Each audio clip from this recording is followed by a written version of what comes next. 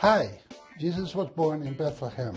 We all know that, but there's a lot more to it than just that. First of all, the name Bethlehem means the place of bread.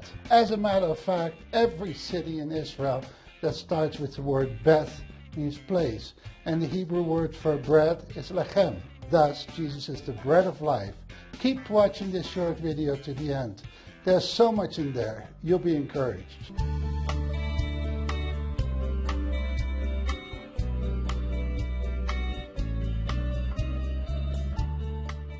Bethlehem is on top of the Judean mountains, just about 5 miles south of Jerusalem. On the east side of the mountain, it's totally desert, and on the west side, there are the fields, because it rains. Generally, the sheep spend most of the time on the east side, in the desert. Now in Bethlehem, they would breed the sheep that didn't have a spot or wrinkle to be sacrificed during the Passover. Not a surprise that Jesus was born there. Most of these shepherds were young kids, about 10 to 12 years old, and mostly girls.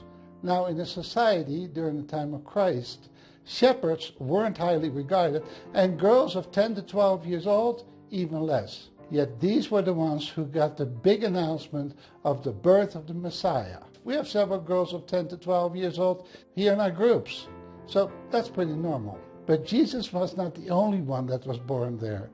David, the one who killed Goliath, was also born there. He became the most important king of Israel. David became the forefather of the Messiah.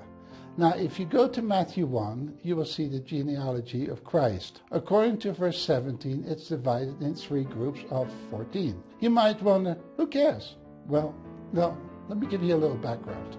In Hebrew, you don't write vowels. You can indicate them through little marks called nikud. So if we were to take the vowels out of the name of David, we are left with D, V, D. Nothing to do with the discs, invented in Holland, by the way. In Hebrew, you would say Dalet, Vav, Dalet. Now stay with me. Each letter in Hebrew has a corresponding number with it. Dalet is 4, Vav is 6, and then the last Dalet is 4 again. Add that two up together and you get 4, 6, 4, or together 14. You see, 3 times, Dalet Vav Dalet, Dalet Vav Dalet, Dalet Vav Dalet. It proves that Jesus is the descendant of David, or the Messiah, both born in Bethlehem. Then there was a huge man-made hill in Bethlehem. It's still there today. It's called the Herodian. It was made by one of the greatest builders in history. His name was Herod the Great. He is the Herod who killed the babies of Bethlehem. He also built the temple in Jerusalem, and he built a huge port and mansions in Caesarea. This is where Peter went to share the gospel with Cornelius. All of these huge buildings were amazing.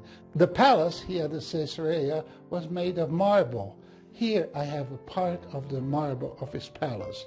He built many other giant buildings. We can do a whole video on that. If you would like that, write it in the comments below.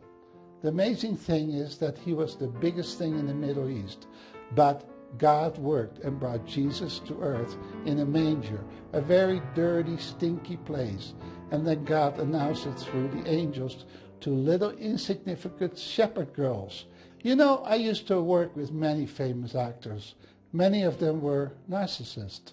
Then I decided not to give my life to actors, but to the little children who were not considered important, yet they were very, very important to God. That's how I met Nuria. Even among those children, she wasn't considered to be that important.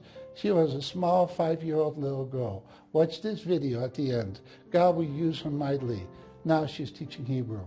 And the Bond girl who I met about 15 years ago was just telling me a few days ago that she was so honored to know Nuria. So there's so much in the little town in Bethlehem. God chose that little town to bring about King David and the Messiah, Jesus Christ. You will be surprised who God will use mightily. Watch this short video to see Nuria talk about her testimony. God bless you. Bye-bye.